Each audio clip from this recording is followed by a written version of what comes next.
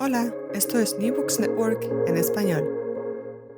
Bienvenidos a un nuevo episodio de New Books Network en español. Les habla Beatriz Rodríguez Satizábal. Hoy tenemos como invitado a Cristian Ducoin, quien es investigador del Departamento de Historia Económica en la Universidad de Lund y es coeditor junto a José Pérez Cajías del libro Natural Resources and Divergence: A Comparison of Indian and Nordic Trajectories, que fue publicado recientemente por Palgrave Macmillan.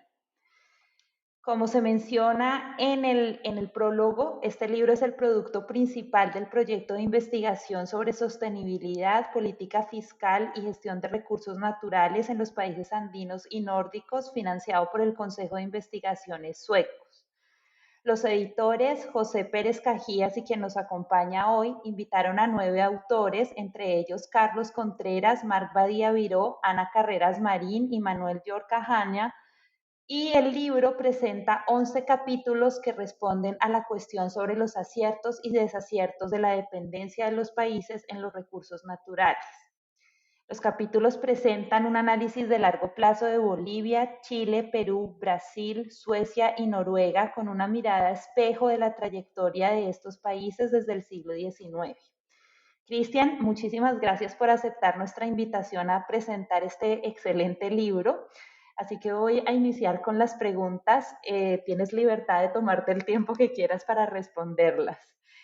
Lo primero es si podrías contarnos sobre tu trayectoria, por qué llegas a este tema de investigación y cómo llegas a armar esa buena sociedad con José que se convierte como en esta sociedad que produce este libro.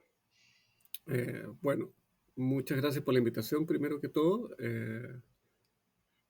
Para mí es una excelente oportunidad para presentar un poco el libro, no para promocionarlo para que lo vendan, para que lo compren, pero me, me- tengo, como el libro está en inglés, es algo que habíamos pensado en algún momento traducirlo, es algo que todavía tenemos en mente, pero por el momento está bien poder dar un pequeño resumen en castellano.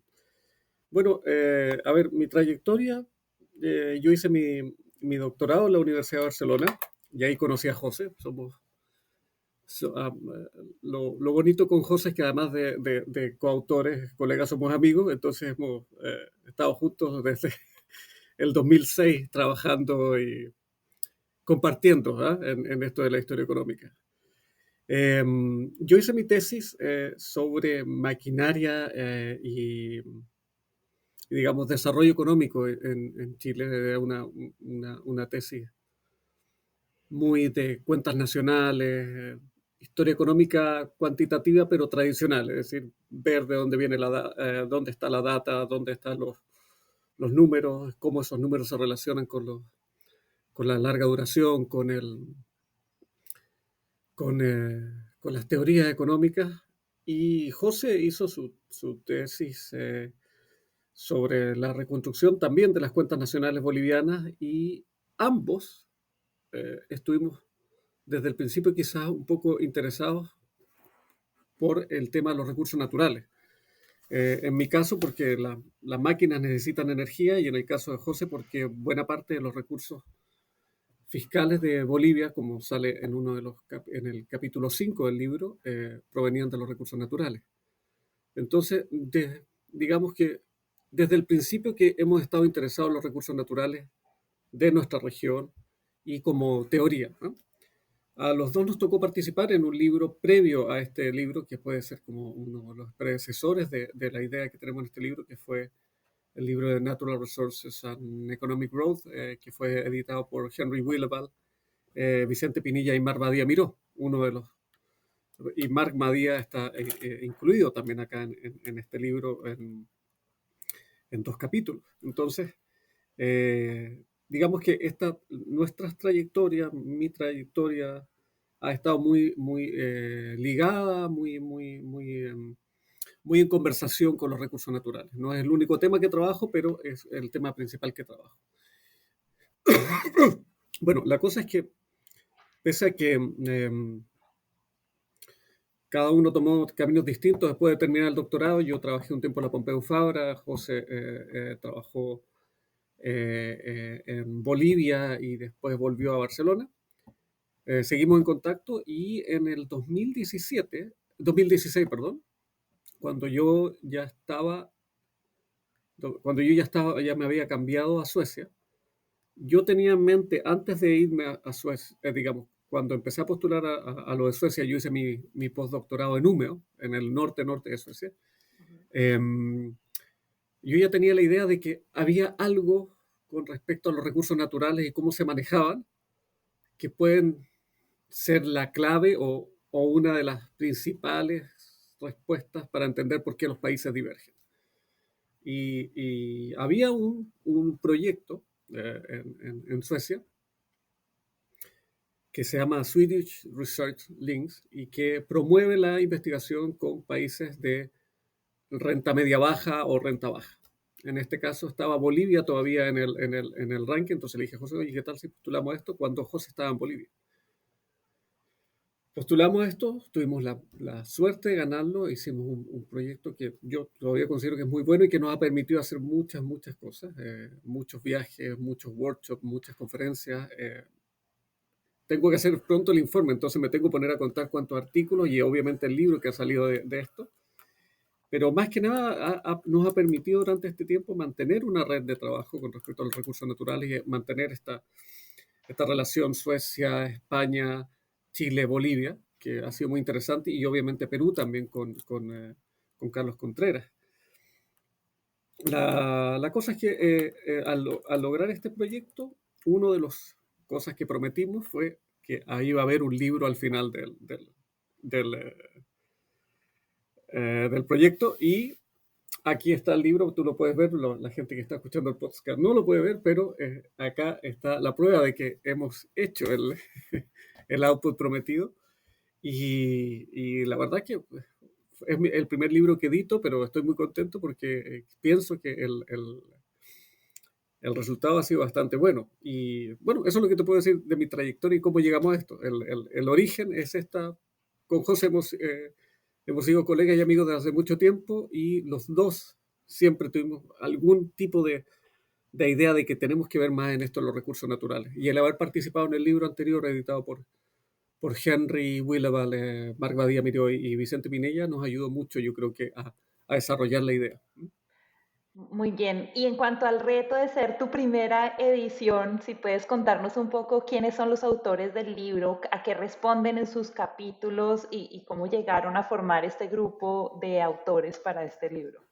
Bueno, ese es el más complicado de las preguntas, porque, a ver, vamos a ir por capítulo, porque así no se me olvida nadie y es más, ¿cómo se llama? Es equitativo con cada uno. Entonces, bueno, José Pérez y Cristian Ducoin, obviamente ya está claro, vamos a hablar más de nosotros más adelante. El segundo capítulo, que es Globalization and Natural Resource Abundance, es una comparación entre Noruega y Chile. Y aquí está Marc Badía Miró, Ana Carreras Marín y Cristian Navarro. Ana Carreras Marín y Marc Badía son colegas y amigos de la Universidad de Barcelona, con los cuales hemos trabajado hace mucho tiempo. Con Ana, este fue el primer capítulo que yo, Ana era la primera vez que yo trabajaba directamente con ella, pero José y Marc tienen no sé cuántos artículos con Ana y capítulos de libros. Y José Pérez había trabajado con Marc y Ana en algunos capítulos anteriormente. Y libros también. Y Cristian Navarro actualmente yo creo que ya terminó el máster, pero entonces era un estudiante de máster que se estaba metiendo constantemente en temas estaba introduciéndose en temas constantemente de historia económica y había trabajado ya con Marc y Ana Carreras anteriormente. También de la Universidad de Barcelona, Cristian. Bueno, Marc y Ana ya los había presentado, que este es el capítulo de los precios del cobre, que es un capítulo de libro que partió como un working paper en donde simplemente era una cosa que yo había encontrado en los archivos que me llamó la atención de que el precio internacional del cobre no tenía relación con el precio, no, cuando digo no tenía relación, no era exactamente igual al precio de exportación del cobre chileno en esta época. 1850-1913. Y le comenté a Mark, oye, ¿qué te parece esto? Es raro un poco que los precios no sean iguales.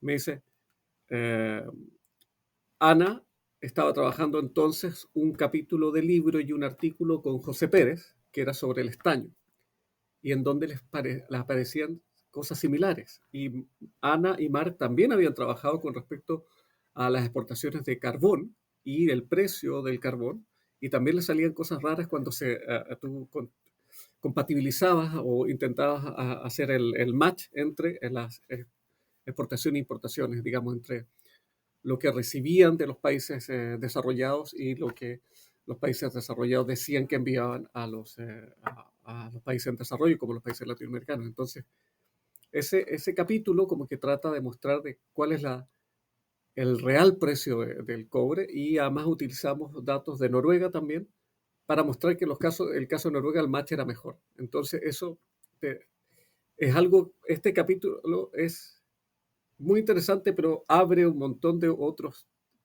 debates con respecto a las estadísticas comerciales y además cómo analizamos el precio o el precio real de los recursos naturales. Entonces, de este capítulo hay mucho más que se puede sacar todavía. Espero. El capítulo 4 es con digamos, el senior que está en este libro, y desde el principio él estaba en el proyecto y estuvimos muy, muy contentos de tener a Carlos en el proyecto.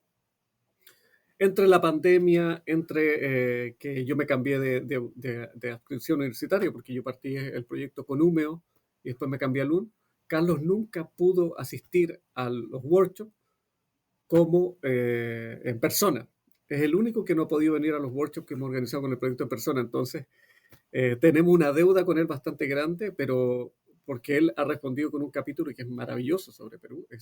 Digamos, yo creo que este capítulo es el mejor resumen de la historia comercial y minera de Perú que se ha escrito. Y estoy encantado de que esté en nuestro libro porque va a ser una nota de referencia, y es muy bueno cómo él logra hacer este debate entre como la presión por modernizar el país y, digamos, la falta de encadenamientos que tiene al final la minería con el resto de la economía.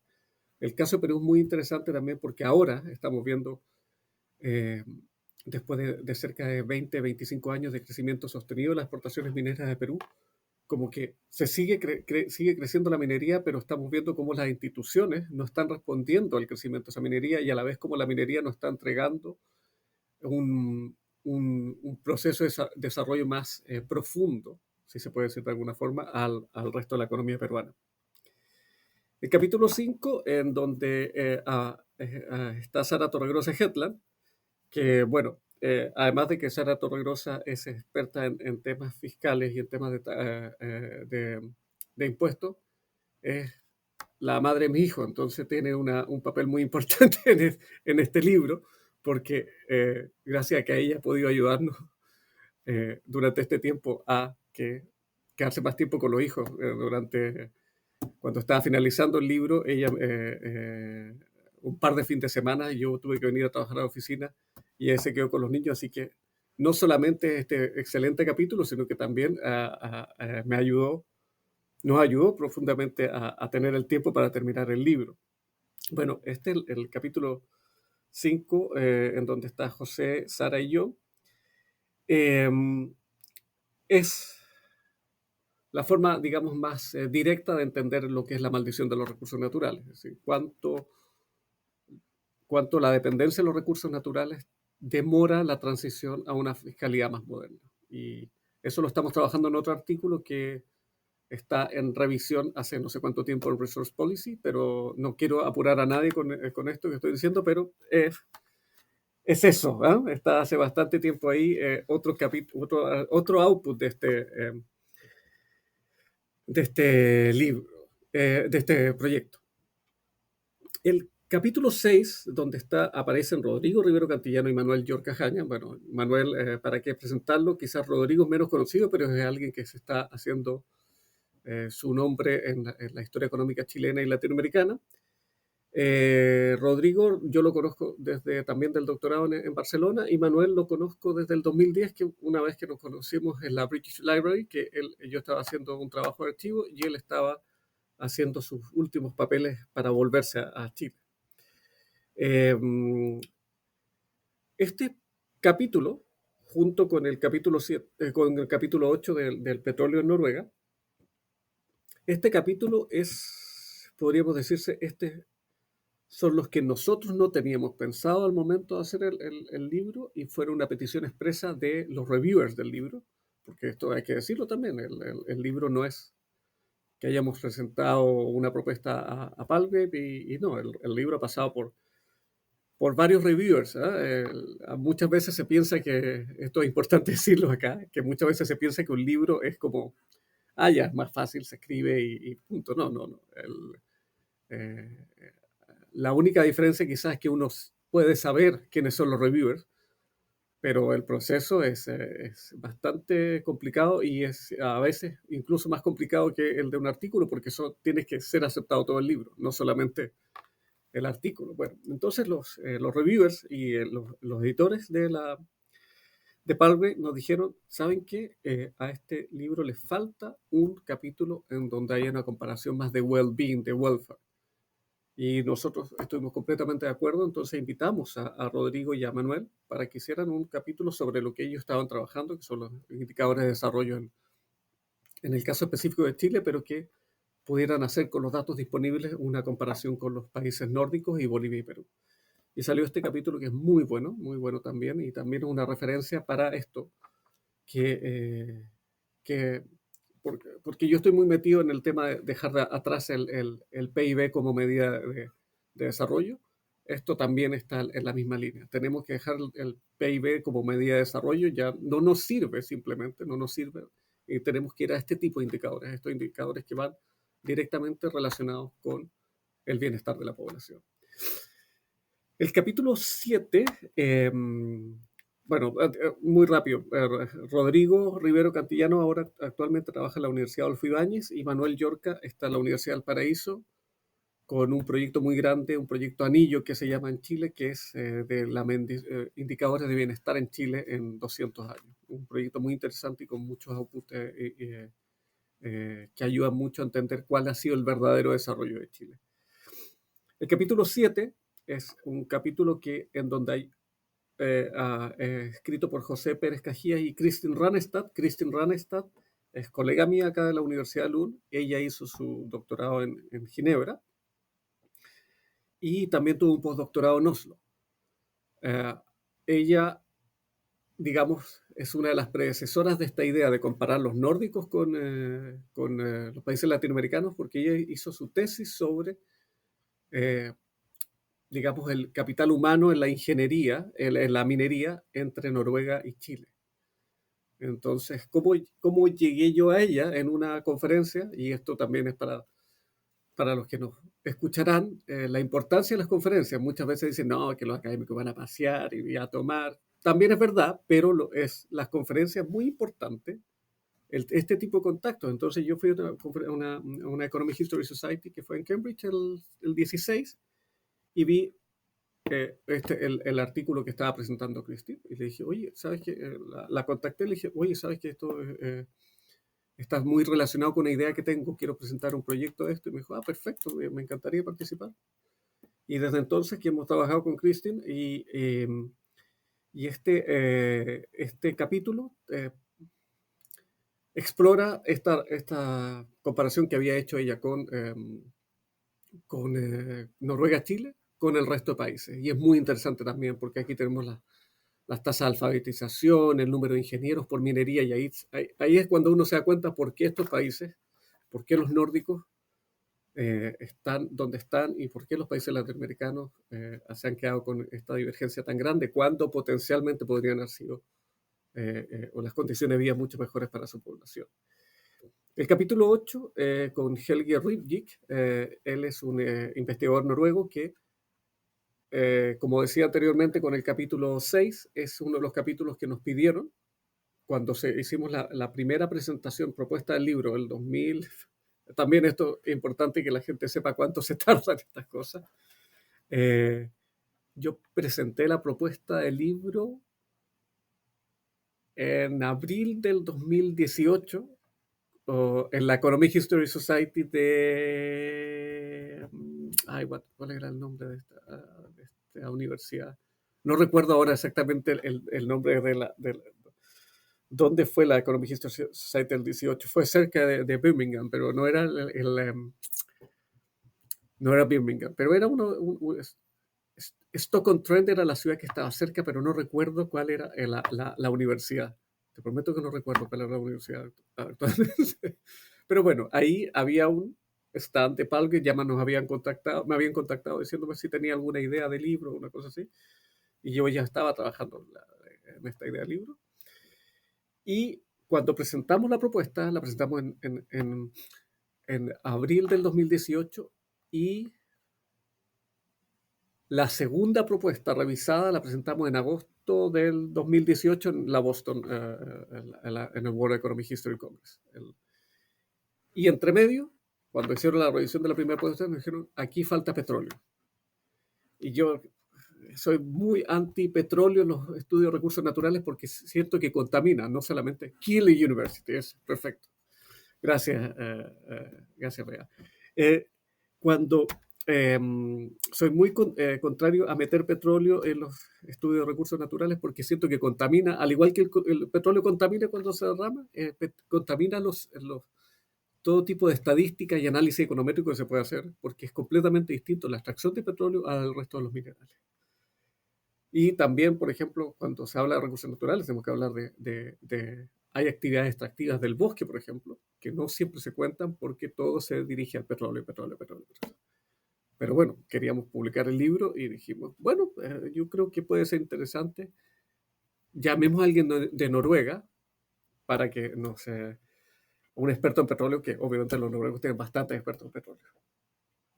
Contacté a Olaf Viken, que él había venido a un workshop que organizamos en enero del 2018.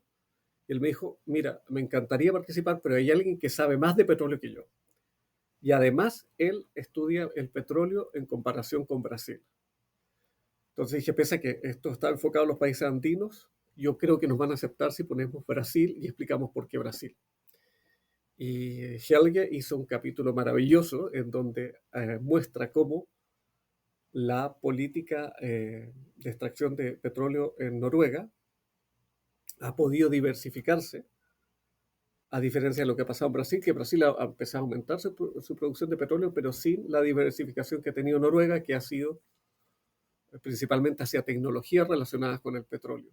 Entonces es muy interesante también ver de cómo incluso una industria tan extractiva como la del petróleo se puede convertir en una industria de conocimiento.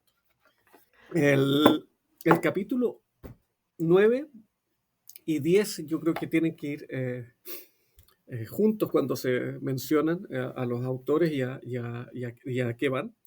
El artículo 9 es mi proyecto actual, que es Genuine Savings. Acá le puse otro título, Weak Sustainability, porque es medir lo que se llama sostenibilidad débil, que es entender de que podemos reemplazar los recursos naturales a través de inversiones productivas, capital humano y capital físico. Y el método de las Genuine Savings, ahorro genuino, es una de las alternativas del PIB per cápita. Entonces, en este capítulo, viendo desde una perspectiva histórica con las dos bases de datos que teníamos entonces, ahora estamos trabajando la de Bolivia y Noruega. La de Noruega ya debería salir en unos minutos el working paper que acabo de escribir con una coautora, Johanna Fink, en donde hemos estimado las Genuine Savings de Noruega, pero no estaba entonces para el año pasado, así que hay que hacer una actualización de este capítulo. De todas maneras, están las cuentas históricas de Chile y Suecia comparadas con las cuentas que entrega el Banco Mundial. Y nuevamente nos encontramos como el mensaje principal del libro. Primero, los recursos naturales son fundamentales en su manejo para alcanzar el desarrollo. Y segundo, la idea de que estábamos más cerca a finales del 19, según las mediciones de PIB per cápita, no es tan así. Y en realidad la divergencia es bastante anterior por parte de los países latinoamericanos si contamos otras medidas que no sean el PIB per cápita. Ajá. Finalmente, ¿por qué tengo que decir que el capítulo 10 tiene que ir muy de la mano con el capítulo 9? Porque el capítulo 10 es un capítulo, no porque lo haya involucrado en este capítulo, pero también uno de los capítulos que más me gusta del libro, porque en él participa Anne Kristen Perkins, que es una coautora y amiga de la Universidad de Umeå, una de las, eh, una de las más importantes investigadoras actual de políticas medioambientales en el largo plazo. Ha hecho una muy, muy, muy larga carrera, principalmente con el tema de los, la política medioambiental en las empresas de celulosa y papel suecas, ¿no? Que son muy importantes en la extracción del bosque. Y este capítulo compara las divergencias, primero, de por qué ocurre la política medioambiental con respecto a la minería en Suecia, y segundo, lo tarde que llega a un país como Chile con una industria del cobre tan importante. Hay unos gráficos muy interesantes con respecto a las emisiones de sulfuro y cómo el sulfuro está tan correlacionado con la, la fundición de cobre en Chile, ¿ah? Con unos picos de una cantidad de sulfuro emitido en Chile brutales a mediados de los años 60. Entonces, digamos, esos son todos los autores, esos son todos los capítulos del libro. Una cosa que tengo que decir, quién escribió el prólogo, que yo creo que también es muy importante decirlo, Patricio Meller, porque esta idea de comparar nórdicos y latinoamericanos no es nueva y no es mía, eso hay que decirlo claramente, ni mía ni de José. En 1990 se escribió un libro muy interesante que se llama Trayectorias Divergentes, que Magnus Blomström y Patricio Meller fueron los editores, y la única crítica que se le puede hacer a ese libro, porque fue muy innovador, fue muy interesante, y las preguntas que generó son los que nos han llevado a escribir este libro. La única crítica es que no era realmente una comparación, sino que eran los casos de los países latinoamericanos y los casos de los países nórdicos, como con una conexión que era la intro, que era una intro extraordinaria por parte de Patricio y Magnus, pero después cada capítulo con los países. Entonces no era realmente una comparación, sino que era como una descripción crónica de cómo habían divergido estos países a través de esta introducción que unía todos los capítulos. Y bueno, pero Patricio accedió encantado a hacer el prólogo, y él valora que hayamos tomado el testimonio, no sé cómo se dice en Colombia, en España, esto que te pasan el, la, te pasan digamos, la herencia para que tú continúes con lo que se había hecho anteriormente. Y fue muy importante, primero, hablar con Patricio, segundo, enviarle los capítulos, decirle, mira, esto es lo que hemos hecho, esto es lo que... y le agradecimos, y tuvimos una reunión con él online, obviamente, porque esto fue en momentos de pandemia, pero yo le prometí que lo iba a invitar apenas tuviera la oportunidad a que viniera a Suecia, que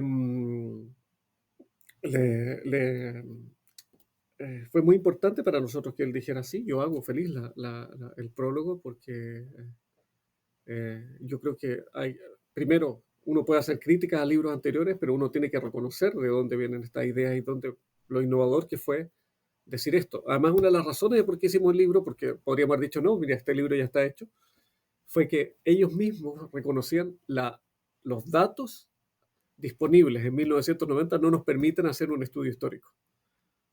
Y bueno, ya en 30 años, la verdad es que la historia económica latinoamericana y escandinava ha avanzado un montón. La escandinava está muy avanzada, pero la latinoamericana, en 1990, los estudios sobre exportaciones de recursos naturales, de bienestar, de stock de capital, no eran lo suficiente para hacer estos estudios históricos, pero ahora ya los hay. Y en el caso de Bolivia, que no había nada hasta hace poco, y gran parte de los avances que hemos tenido en la historia económica boliviana son gracias a José. Entonces, tenemos a alguien que ha participado en esta mejora en los datos, que pudo contribuir de forma sustancial a este libro. Entonces, claro, esa comparación no era posible en 1990, pero ellos lo dejaban claro ahí.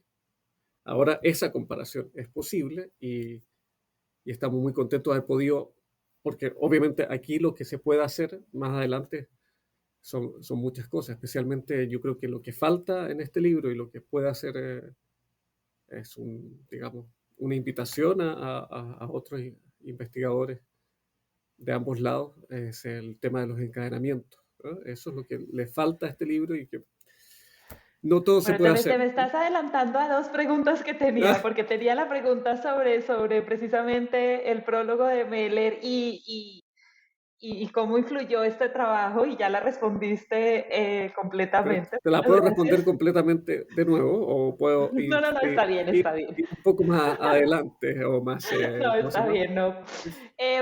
No, sigamos con las siguientes preguntas porque estuvo muy bien.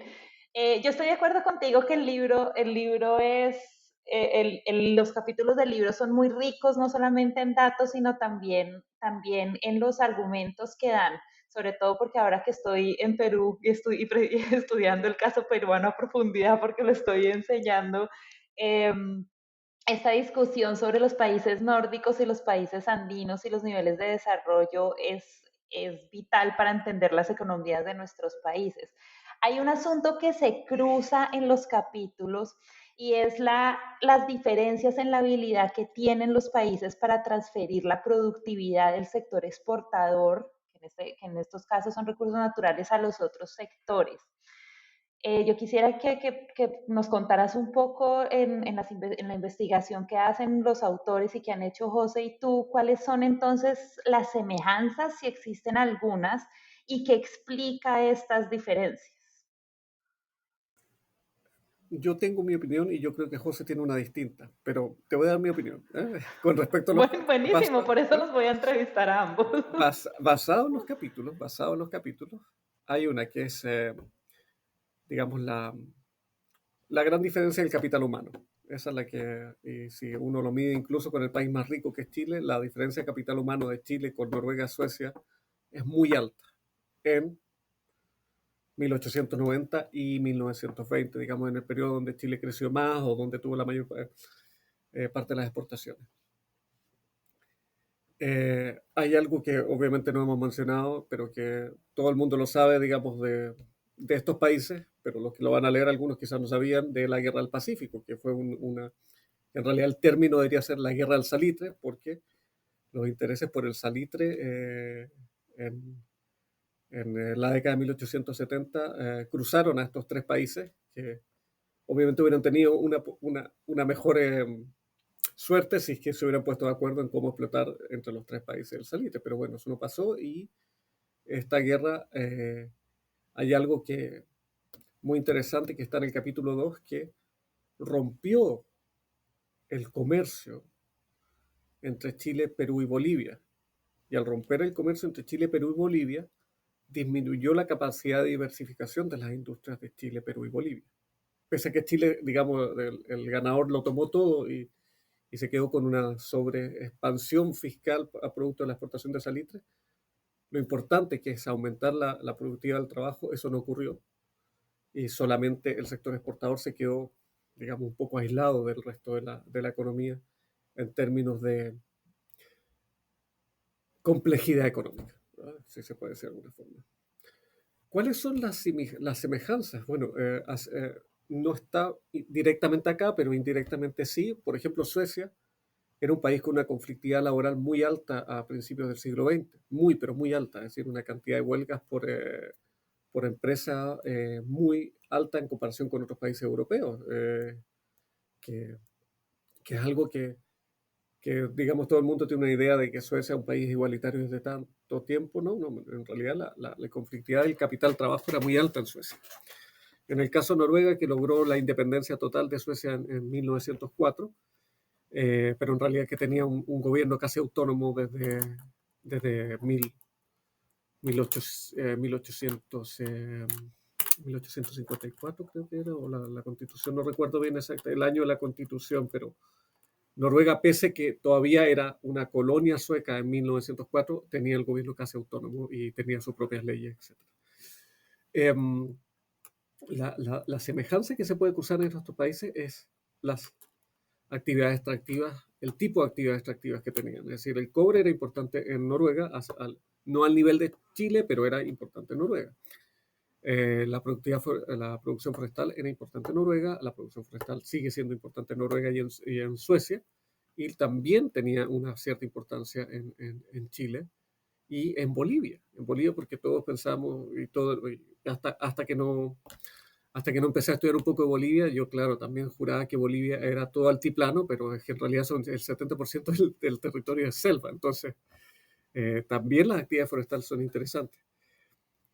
Eh, la semejanza con respecto a los recursos naturales y con respecto al manejo entre estos países es que en su momento también fueron actividades netamente extractivas. Y la gran diferencia ahí viene es que los sectores de recursos naturales en Suecia y Noruega, los países que más estudiamos los nórdicos acá, fueron capaces de integrarse a la economía. Y en el caso de Noruega, cuando pasa lo del, digamos, está la lotería de los recursos naturales y con el descubrimiento del petróleo, bueno, no es que descubrimiento, pero la explotación masiva de petróleo, ahí lo que ocurre es que en vez del país de convertirse con mucho respeto por nuestros amigos venezolanos, en vez de convertirse en Venezuela, se convierte en Noruega. ¿Mm? Y en la Noruega actual. Entonces hay un uso eh, sabio de los recursos naturales. Es decir, esto como lo del petróleo en Noruega fue como ganarse la lotería. ¿Sí? Por la producción por habitante, por la cantidad de dinero que entró, eso podría haber sido un desastre. Pero se invierte en un fondo soberano, se establece que la cantidad de dinero proveniente del petróleo tiene que ser invertido en educación, infraestructura, bla, bla, bla. Y, eh, y algo muy interesante, claro, se dirá, bueno, pero eso es lo lógico que se debería hacer con el petróleo. Es que ya a 1920 habían leyes en Noruega que permitían la expropiación de recursos naturales si era necesario. Y eso no se puede entender a Noruega como un país comunista, etcétera, sino que pragmático. ¿Ah? Entonces, los recursos naturales son un bien nacional, un bien de toda la población, que están por sobre intereses privados o corporativos. Esa yo creo que, si me dices cuál es la gran diferencia entre estos países, es cómo manejaron los recursos naturales y cómo, pese a la importancia, las exportaciones en Suecia y en Noruega de recursos naturales a principios del siglo XX son brutales, al mismo nivel de los países latinoamericanos. Pero el sistema fiscal, pero el resto de la economía no estaba basado solamente en los recursos naturales. Y yo creo que ahí ese es como el punto. También no es que decir, ¡ay, qué idiotas los latinoamericanos! ¿Cómo siguieron manteniendo los recursos naturales? No, pero es que también son los incentivos. ¿Ah? El incentivo del precio, que si a mí me pones, sin saber qué es lo que va a pasar, me pones salitre, en donde lo que hay, también algo muy interesante, ¿qué es lo que hay que hacer para exportar el salitre? Hay que meterlo en un saco, está casi a flor de piel, hay que reventar el caliche con pólvora. Los encadenamientos que se pueden sacar de ahí no son muchos, mientras que para exportar el hierro, para fundir el hierro, en el caso de Suecia, hay una serie de encadenamientos. Están los camiones Volvo que tienen que sacar las toneladas de hierro de las profundidades. Está la fundición misma del hierro, que es mucho más intensa en capital. ¿Eh? Bueno, pero ahí viene, ¿y el cobre en Chile? ¿Y el cobre en Perú? ¿Qué pasó? ¿Por qué no hay esos encadenamientos? También puede ser por el tipo de propiedad. Eso no lo abordamos completamente acá, pero sí otro tip, otro consejo de investigación gratis que doy es el ver cuánto se relaciona la propiedad con los encadenamientos productivos. ¿Eh? Es decir, ¿por qué los suecos tienen estos encadenamientos productivos con la industria del cobre y del hierro? Alguien podría decir, bueno, porque son suecos, habría que probarlo, ¿no? Habría que probar cuánto de eso tiene que, por ejemplo, hay un estudio de historia empresarial maravilloso, sería ver en dónde están las inversiones de los dueños o de las sociedades de la minería fuera de la minería, es decir, dónde más invierten. Eh, hay un par, pero no uno de largo plazo. Ese es un tipo de investigación fantástico, es decir, qué tipo de la diversificación del portafolio de las industrias de las familias mineras en Suecia y en Noruega. ¿Y por qué no de las chilenas, y de las peruanas? Sí, está para hacer un highlight de ese futuro tema de investigación. No, claramente, porque ese no necesariamente es la causa de los encadenamientos, pero sí puede ser algo que te ayude a explicar. ¿Por qué hay encadenamiento en esas industrias? ¿Por qué hay encadenamiento en la industria del hierro y del petróleo en Claro, y muy Noruega? relacionado si los propietarios están diversificando o no hacia cadenas productivas. Exacto, Así que hay exacto. un buen tema. Ujú. Bueno, yo voy a aprovechar que tú eres autor de 4 capítulos del libro y que has mencionado ya el asunto de los precios, que es uno de los capítulos que en mi opinión es uno de los más innovadores del libro, que es un tema innovador, es los precios, a pesar de que es un commodity, pareciese siempre que se estudian como el mismo precio para todo el mundo, pero la realidad es que hay una estructura de precios que difiere tanto entre productos como entre países. Entonces, yo quisiera que nos hablaras un poco más de lo que encontraron en este capítulo y qué explica esta variabilidad de los precios y qué impacto tiene en el desarrollo de estos países. Bien, a ver, y claro, eh, eh, como te decía cuando estábamos describiendo los capítulos de los autores, yo creo que este capítulo es uno de los que tiene más futuro con respecto a una línea de investigación, ¿no? Y especialmente por los commodities, porque me gustaría relacionar este capítulo con lo que está pasando actualmente. Estamos hablando, en los últimos 5 o 6 años se está hablando del triángulo del litio entre Argentina, Chile y Bolivia.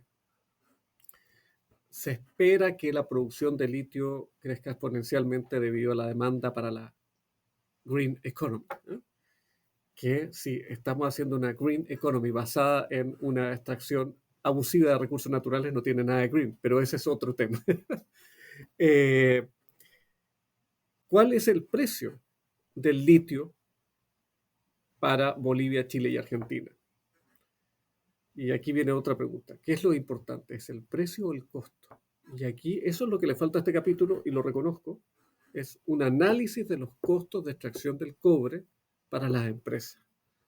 Porque el precio dice una cosa, el precio es lo que están dispuestos a pagar los demandantes del cobre en los mercados internacionales, pero el costo es lo importante y lo interesante para entender cuánto de este dinero se genera como profit y cuánto de este dinero puede ser reinvertido en otro tipo de industrias o en otro tipo de actividades o incluso reinvertido en el mismo cobre. Eso es algo para futuro, pero que es algo interesante acá. El, lo que descubrimos acá es que, claro, cuando se ven los precios internacionales de, por ejemplo, la Bolsa de Metales de Londres, es un precio del cobre súper puro determinado por la transacción internacional, pero lo que está exportando Chile no necesariamente es eso. Entonces, si tú analizas el precio del cobre cuando el cobre estaba haciendo cerca del 30 o el 40% de las exportaciones de Chile, y eso lo conviertes a cuánto participa el cobre en el total de la economía, tienes unas rectificaciones que pueden llegar hasta el 12% del Producto Interno Bruto.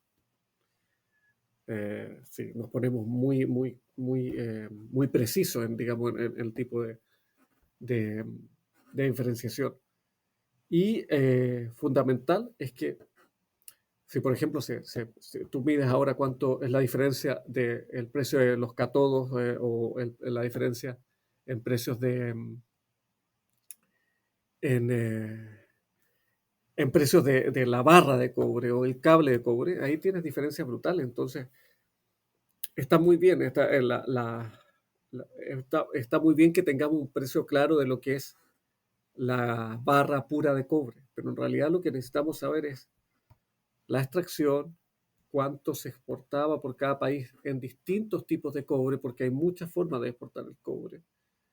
Y, y, y, digamos, empezar a complejizar un poco el tema del precio de los recursos naturales.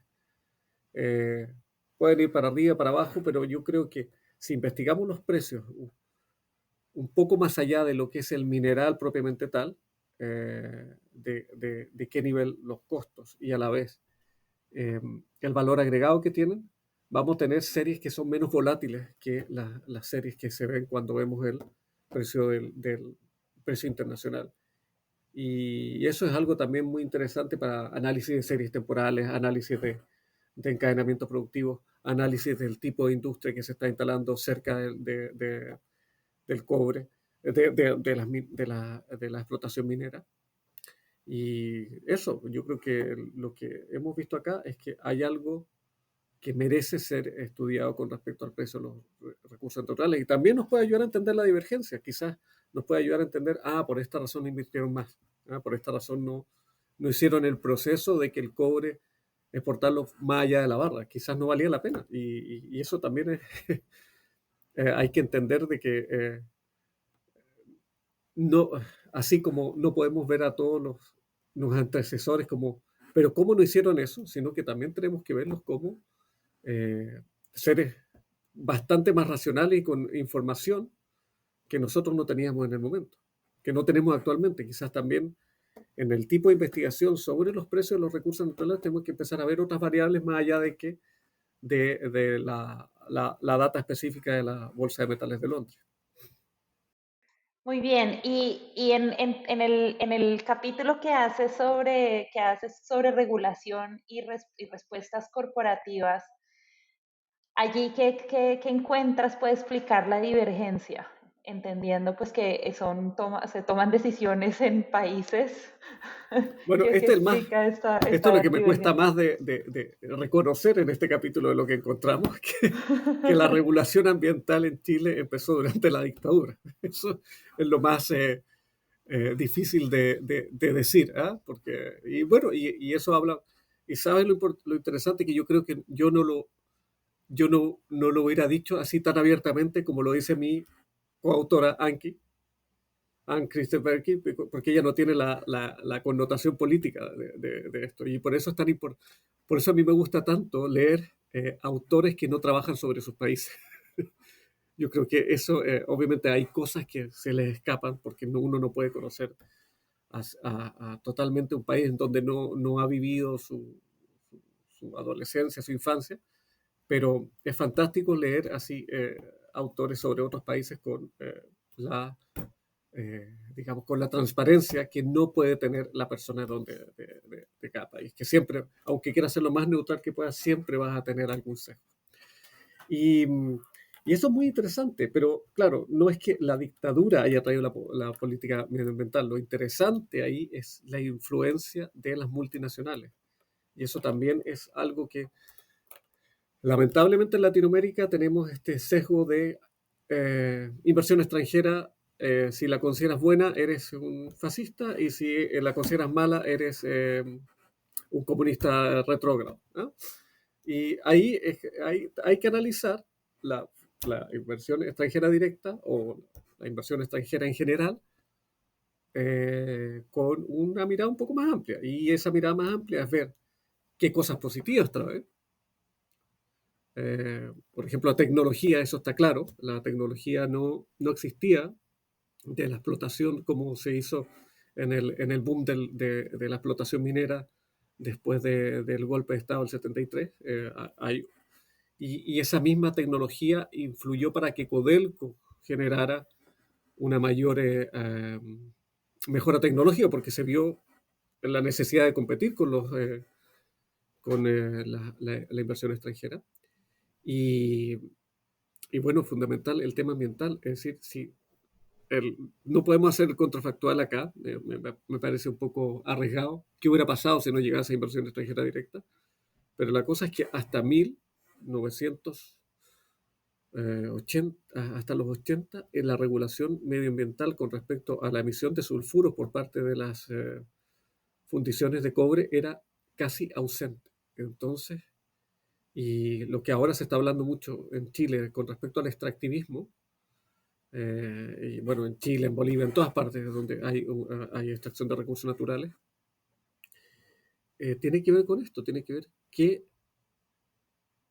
hacemos para que la extracción de recursos naturales no signifique que existan estas zonas de sacrificio alrededor de las explotaciones mineras. Y es un drama que está ocurriendo en Chile, en Bolivia y en Perú, pero que no ocurre de la misma forma en Noruega y Suecia. Y en Suecia, claro, la razón, y ahí sí que se puede decir, la razón es que los dueños de las compañías mineras son suecos, ¿no? Entonces ellos tienen no la obligación, pero sí el control social de que sus vecinos son los que están siendo afectados por las explotaciones mineras. Entonces tienen que compensar o hacer inversiones para disminuir los costos medioambientales que van a seguir existiendo. La minería de por sí, eso cuando se dice minería sustentable o minería verde, ese es el mayor oxímoron que se puede decir. No hay minería verde. ¿Ah? Hay minería con menores efectos medioambientales, pero no hay minería verde. La minería va a seguir usando agua, la minería va a seguir dejando residuos, la minería va a seguir dejando mercurio, por ejemplo, que es lo que estamos investigando ahora con José, eh, que es con respecto al capítulo 9. Lo que falta ahí son las series de ahorro genuino de Bolivia. Estamos haciendo esas series de ahorro genuino de Bolivia, pero incluyendo el costo medioambiental, el costo del mercurio. Y eso va a traer unos resultados terribles, interesantes para nosotros, pero terribles porque va a reducir el ahorro genuino de Bolivia completamente. Y sí, eso también, highlight de investigación, cuánto influye la propiedad en la regulación medioambiental. ¿Ah? Y es un tema histórico que se tiene que ver porque la regulación medioambiental que tiene que venir ahora va a ser mucho más exigente, pero también puede influir de dónde son los inversores, si son sociedades anónimas, si son grupos familiares, si son grupos familiares nacionales, etc. Muy bien, Cristian. Bueno, para ir cerrando, para ir cerrando, en frases cortas o en palabras cortas, ¿cuál es la conclusión principal del libro? Uf, frase corta. A ver, yo creo que la frase corta sería decir que um, se puede vivir de los recursos naturales, se puede vivir de los recursos naturales, pero que, se tiene que hacer algo con esos recursos naturales que compense la extracción de ellos, ¿no? Tú puedes extraer recursos naturales, pero tienes que invertirlo en algo sustancial y tienes que reducir los efectos medioambientales. Hace 100 años, 150 años, los efectos medioambientales le importaban solamente a la gente que vivía cerca de las minerías, pero ahora ya no está eso. Entonces, tomando en cuenta principalmente los últimos dos capítulos que tienen que ver con sostenibilidad, creo que el mensaje que tenemos que decir del libro es que hay algunas lecciones que se aprenden de la historia económica empresarial nos da muchas lecciones de qué es lo que hay que hacer y de qué es lo que no hay que hacer.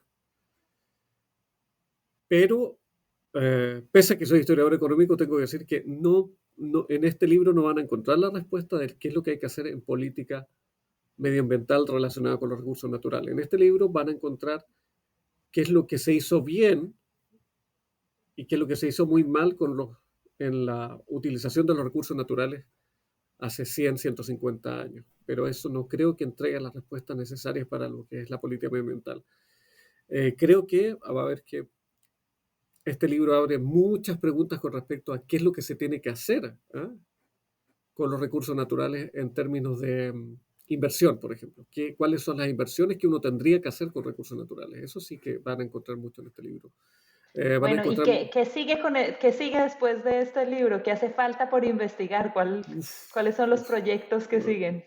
Bueno, con José tenemos algunas cosas en curso, pero más que nada, yo de verdad creo que sería muy bueno que los investigadores de historia económica empresarial, principalmente historia económica empresarial,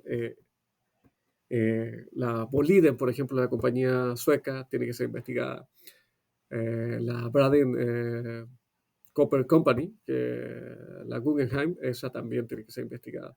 Es decir, las multinacionales mineras tienen que ser investigadas más o menos desde sus orígenes. ¿Qué es lo que lleva a las empresas a enfocarse en la minería? Yo creo que ahí hay un tema brutal con respecto a lobbies, encadenamientos, influencia en la política de cada país. Y esa es una historia que está escrita principalmente como crónicas que piden las mismas empresas, ¿no? Tiene que haber una historia económica, empresarial, científica y muy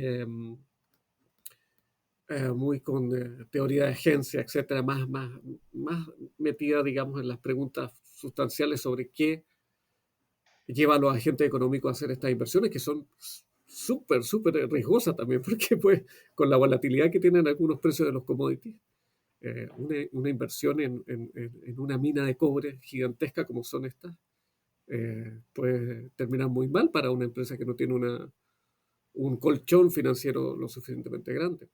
Pero sí, hay mucho que hacer con respecto al tema de los recursos naturales en perspectiva histórica, porque aunque no, yo insisto y soy muy sincero en esto, no creo que las respuestas con respecto a política medioambiental las vamos a encontrar en la historia.